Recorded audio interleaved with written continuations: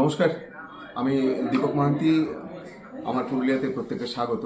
আমি এই মুহূর্তে এসেছি ডিআই অফিসে এবং সেখানে আজকে একজন আধিকারিকের সাথে কথা বলবো। তিনি অলরেডি নমিনেটেড, যেটা পুরুলিয়ার জন্য গর্ব। চাঁদের আলো বলে একটা প্রজেক্ট রয়েছে এবং তিনি তার কাছে বিস্তারিত শুনবো প্রজেক্টের সম্বন্ধে। এখান থেকে দুজন নমিনেটেড হয়েছেন, একজন এআই সুজয় বসু, আরেকজন যিনি ডিআই আজকে তিনি নেই, তিনি এটা ট্রেনিংয়ের জন্য বাইরে গেছেন। ডিআই প্রলবেন্দু ভৌমিক দুজনে নমিনেটেড হচ্ছেন একসাথে।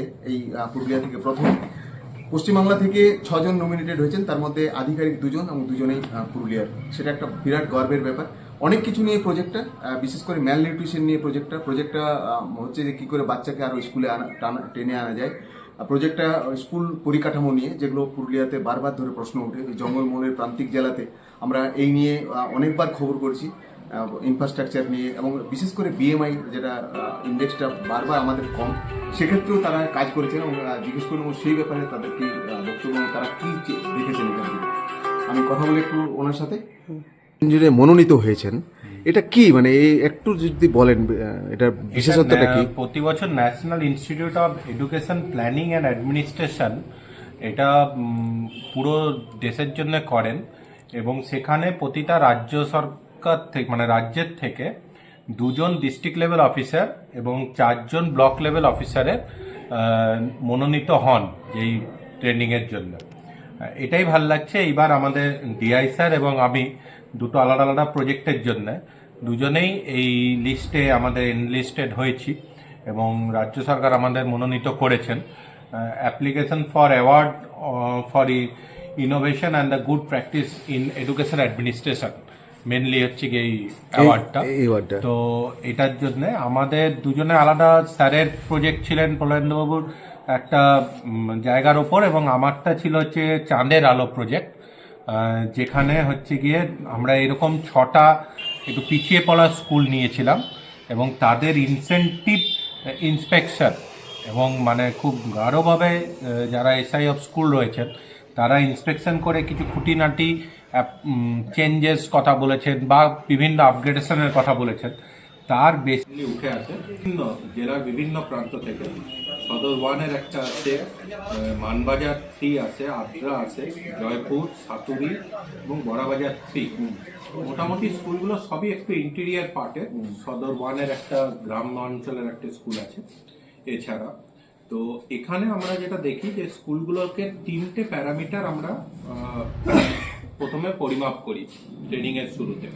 সেটা হচ্ছে কি, একটা হচ্ছে কি তাদের অ্যাটেন্ডেন্স, তাদের একাডেমিক মার্কস এবং তাদের বিএমআই, যেটা খুব ইম্পর্টেন্ট এই জেলার পুরুলিয়ার ক্ষেত্রে ইম্পর্টেন্ট। আমরা বিভিন্ন ডাটাতে দেখেছি এখানে বিএমআই অত্যন্ত কম হয়ে আসছে কিছু এরিয়া। সেই জন্য আমরা এই 3টে প্যারামিটারের উপর মেনলি কাজটা করি। তো এই 3টে প্যারামিটারের যখন প্রথমে যে ডাটাটা আসে, তারপরে আমাদের যেটা হয় প্রজেক্টে বলা হয় যে যারা এসআই স্যার বা ম্যাডামরা রয়েছেন ওনাদেরকে প্রায় মান্থলি ইন্সপেকশন করতে এই স্কুলগুলো অ্যাটলিস্ট করে একবার, দরকার হলে একাধিকবার করতে পারেন, কিন্তু একবার, এবং কিছু তাদের মূল্যবান পরামর্শ লিপিবদ্ধ করতে, যেগুলো তারা পরবর্তীকালে ইমপ্লিমেন্ট করে এই 3টে প্যারামিটারে তারা আপগ্রেড হবে। মানে ডে টু ডে ডেভেলপমেন্ট কি হচ্ছে সেটা তারা এবং রেজিস্টার্ড হবে। আমরা হয়তো দেখি কিছু জায়গায়, কিন্তু ওভারঅল দেখি না। তো এক্ষেত্রে আমাদের প্রথম ফেজ 1 বছরের যেটা আপগ্রেড করি, তাতে দেখা যায় যে আমাদের অ্যাটেন্ডেন্সে তো সিগনিফিক্যান্ট ইমপ্রুভমেন্ট হয়। হ্যাঁ, সেকেন্ড হচ্ছে গিয়ে অ্যাভারেজ মার্কসেও ইমপ্রুভমেন্ট আছে ভালোই, এবং বিএমআইও স্লাইট আমরা ইমপ্রুভমেন্ট লক্ষ্য করি সবগুলোতে, ভালো জায়গাতে পজিটিভ। আমরা খুব মানে হয়ে পড়েছিলাম, যেমন একটা মানবাজার 2-এর একটা 3-এর একটা স্কুল বলতে পারি, ছোট সেগুন, সেখানে বিএমআই ছিল 10.44, যেটা খুবই কম। তো সেক্ষেত্রে ওনাদের যখন করেন, ওনারা বিভিন্ন রকমের ভাবে ওইখানে এনজিওর সঙ্গেও কাজ করেন। স্পেশালি এনজিওর সঙ্গে কাজ করার পর দেখা যায় যে ওনাদের ওখানে একটা এনজিও কাজ করেন এবং তারা একটা নিউট্রিশন লাড্ডু ইউজ করেন। সেই লাড্ডুটাকে দেওয়ার পর দেখা যাচ্ছে ওনাদের যে 1 ইয়ার কম্পিটিশনের পর সেটা কিন্তু বেড়ে 13.86 হয়েছে। Remarkably remarkable increase. অন্যান্য স্কুলে হলো ফার্স্ট ফেজ, এরপরে এটা সেকেন্ড ফেজ এবং থার্ড ফেজ আছে। সেকেন্ড ফেজে আমরা ওইটাকে রেপিবদ্ধ করছি যে স্কুলগুলোকে আরো কি কি হেল্প করা যায়। এটা যেমন একটা বললাম মানবাজারে, সেরকম আমাদের সাপোর্ট, যে সাপোর্টের মাধ্যমে কিন্তু আমরা এই 3টে প্যারামিটার, যেগুলো মেন কোর প্যারামিটার আমরা আইডেন্টিফাই করেছি, এটা ইমপ্রুভ হয়েছে। এবং এখন যেটা হয়েছে যে এখন অন্যান্য স্কুলে এর মধ্যে এটা আসতে তাদের অ্যাপ্লিকেশন জমা করেছেন, আমরা দেখছি এটাকে কিভাবে আরো ছড়িয়ে দেওয়া যায়, আরো ছড়িয়ে দেওয়া যায়। না এই যে যেটা জাতীয় ইয়েতে যাচ্ছে, এর গুরুত্ব কতটা, আমরা মানে গুরুত্ব কতটা, যে ধরেন ওখানে যদি হয়ে যায় আপনাদের স্ক্রিনিং হয়ে গেল, তারপর আপনারা প্রাইজ পেলেন, মানে এর গুরুত্ব কতটা বাড়বে আর কি?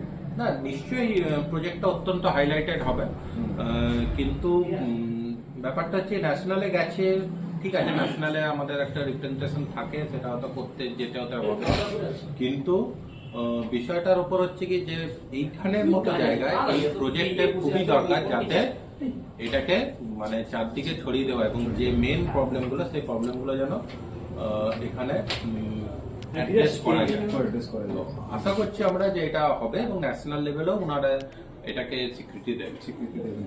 পুরুলিয়ার পক্ষে অবশ্যই একটা গর্বের ব্যাপার যে এই কয়েকটা স্কুল তো এনারা প্রথমে যা হয় একটা প্রজেক্টে 5-6টা স্কুল বাছা হয়, তারপরে সেই স্কুলগুলোকে নিয়ে এক্সপেরিমেন্ট করার পরে ধীরে ধীরে ছড়িয়ে দেওয়া যায়, এবং সেটাই বললেন সুজয়বাবু যে আস্তে আস্তে করে আমরা ছড়িয়ে দেবো জঙ্গলমহলের প্রান্তিক জেলাতে, যদি কিছুটা উন্নতি হয় এবং ছেলেগুলো স্কুলে আবার ফেরে। বহু ছেলে মেয়ে আছে যারা স্কুলে ফিরছে না, ইটভাটাতে কাজ করছে, অন্যান্য জায়গায় কাজ করছে, তারা যদি স্কুলে ফেরে সেটা একটা বড় অন্তত প্রশান্তি সবার জন্য আর কি, জঙ্গলমহলে যারা শিক্ষিত বুদ্ধিজীবী মানুষ রয়েছেন তাদের জন্য।